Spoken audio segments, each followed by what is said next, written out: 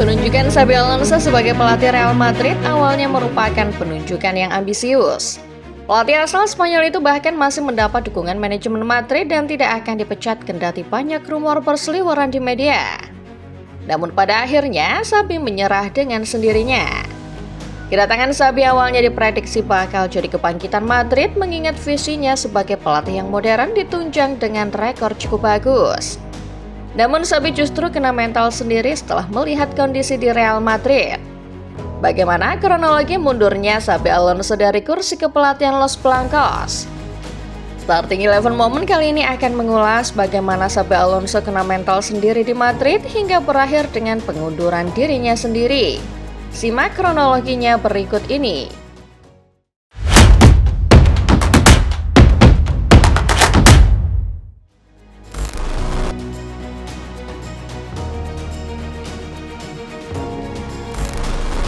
Awal musim lalu Real Madrid mencoba peruntungannya memanggil Xabi Alonso dari Bayer Leverkusen. Kala itu Madrid sedang dalam posisi yang compang-camping. Tak ada trofi mayor yang berhasil dimenangkan di era terakhir Carlo Ancelotti.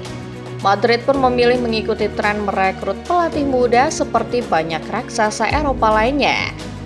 Meski langkah yang diambil Madrid terkesan seperti sebuah perjudian, Madrid tentu saja tidak menunjuk Xabi tanpa alasan. Selain karena Xabi adalah mantan pemain Los Blancos, secara statistik Xabi juga terlihat menjanjikan.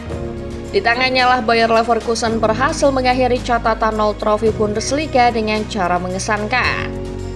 Selain secara prestasi, secara taktik Xabi juga merupakan pelatih yang menjanjikan. Di Leverkusen ia membawa sistem yang modern. Selain itu, Xabi adalah pelatih yang ramah terhadap para pemain muda. Faktor-faktor itulah yang membuat Madrid memandang Xabi sebagai pelatih yang satu visi dengan arah pengembangan klub.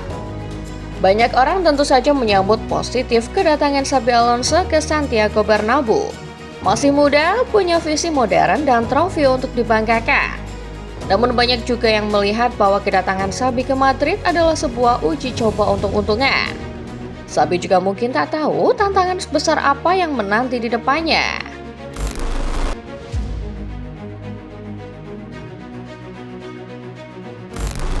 Real Madrid tampaknya percaya betul bahwa Xabi Alonso adalah orang yang tepat untuk memimpin proyek jangka panjang mereka.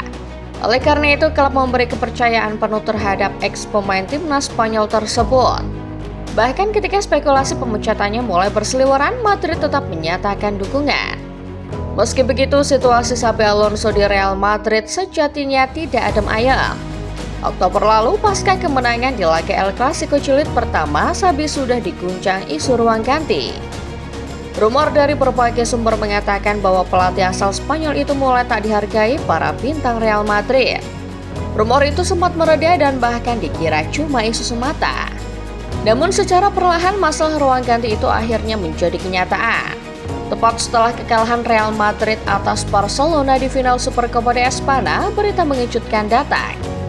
Xabi Alonso tiba-tiba memutuskan mengundurkan diri. Real Madrid kemudian mengonfirmasi secara resmi pada Selasa 13 Januari 2025 dini hari bahwa Xabi memang telah meninggalkan klub. Berita ini mengejutkan banyak pihak, bahkan dari kalangan para pemain sendiri. Ini jelas jadi kabar yang mengejutkan mengingat sampai detik terakhir Madrid dilaporkan masih percaya penuh pada Xabi.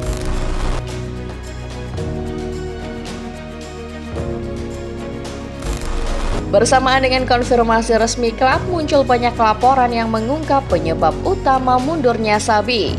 Salah satunya adalah dari Edu Aguirre, seorang jurnalis asal Spanyol yang cukup kredibel dalam menyampaikan informasi seputar Real Madrid. Edu mengungkap bahwa Xabi pergi karena ada gesekan dengan para pemain Madrid. Dalam kanal El Chiringuito TV mengatakan, Xabi mundur karena tidak kuat menghadapi lingkungan dan para pemain Madrid. Xabi disebut lelah melihat kurangnya disiplin para pemain dalam mengikuti instruksinya. Ia pun memilih mundur tepat setelah Madrid pulang dari Jeddah. Tentu laporan Edu Aguirre ini mengonfirmasi laporan sebelumnya dari Mario Cortegana yang mengatakan bahwa Xabi telah kehilangan ruang ganti Madrid.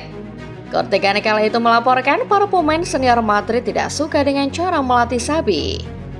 Pelatih Spanyol itu dinilai terlalu ketat dan mengekang kebebasan para pemain. Isu yang diungkapkan Corte karena kabarnya sempat mereda di mana Xabi dilaporkan telah mengubah pendekatannya terhadap para pemain. Namun di balik layar, ketegangan antara Xabi dengan para pemain Madrid tampaknya belum benar-benar sirna. Pasalnya menurut Aguirre, Xabi tidak merasakan atmosfer positif di setiap sesi latihan. Di sisi lain, orang-orang yang dekat dengan para pemain kabarnya juga merasa kecewa dengan perubahan sikap Real Madrid. Ada pertanyaan dan asumsi bahwa Madrid kini rela menurunkan standar mereka hanya demi Xabi Alonso. Ini senada dengan laporan Corte karena beberapa bulan lalu yang menyebut Xabi terlalu arogan seolah dirinya Pep Guardiola.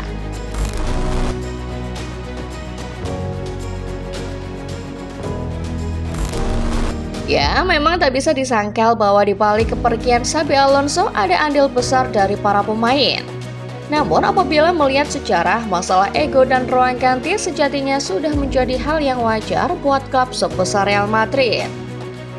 Bahkan ada banyak nama pelatih hebat yang akhirnya tumbang karena kalah menghadapi ego bintang-bintang Los Blancos. Jose Mourinho misalnya. Pada tahun 2010, Mourinho tiba di Bernabeu dengan status sebagai peraih treble bersama Inter Milan. Namun pada 2013, pelatih berjuluk The Special One itu dipecat. Ruang ganti Madrid sudah pecah di mana Mourinho saat itu sempat bersitegang dengan pemain-pemain seperti Iker Casillas, Sergio Ramos, dan Cristiano Ronaldo. Rafael Benitez juga sempat merasakan hal itu pada tahun 2026 silam. Satu kisah yang paling terkenal adalah Benitez sempat mengirim sebuah flash disk berisi data-data yang bisa dipelajari untuk mencetak gol. Ronaldo marah dan sejak saat itu hubungan keduanya tak baik-baik saja. Mantan pelatih Liverpool itu pun dipecat di bulan Januari. Pep Guardiola juga pernah memberi sedikit peringatan buat Xabi terkait sulitnya menangani Real Madrid. Menangani Real Madrid adalah pekerjaan yang paling sulit di dunia. Kalau saya bermain seperti musim lalu di Real Madrid, saya pasti dipecat setelah setengah tahun. Jika Anda tak bisa menang di laga besar, semua akan sulit, kata manajer Manchester City itu. Pola itu pernah terjadi pada pelatih-pelatih Real Madrid lain yang namanya jelas tak bisa disebutkan satu persatu. Tapi yang pasti, polanya kini kembali terulang pada sosok Xabi Alonso. Seperti para pelatih lainnya, Xabi tampaknya menyentil ego pemain yang pada akhirnya membuatnya mendapat teror psikologis di tim. Teori paling masuk akalnya, masalah Xabi bermula ketika ia menarik Vinicius Junior di laga El Clasico. Dari sanalah rumor-rumor terkait masalah ruang ganti muncul.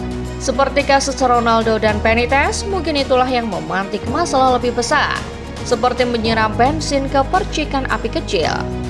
Terlebih metode Xabi dari awal memang sudah tak disukai para bintang Madrid.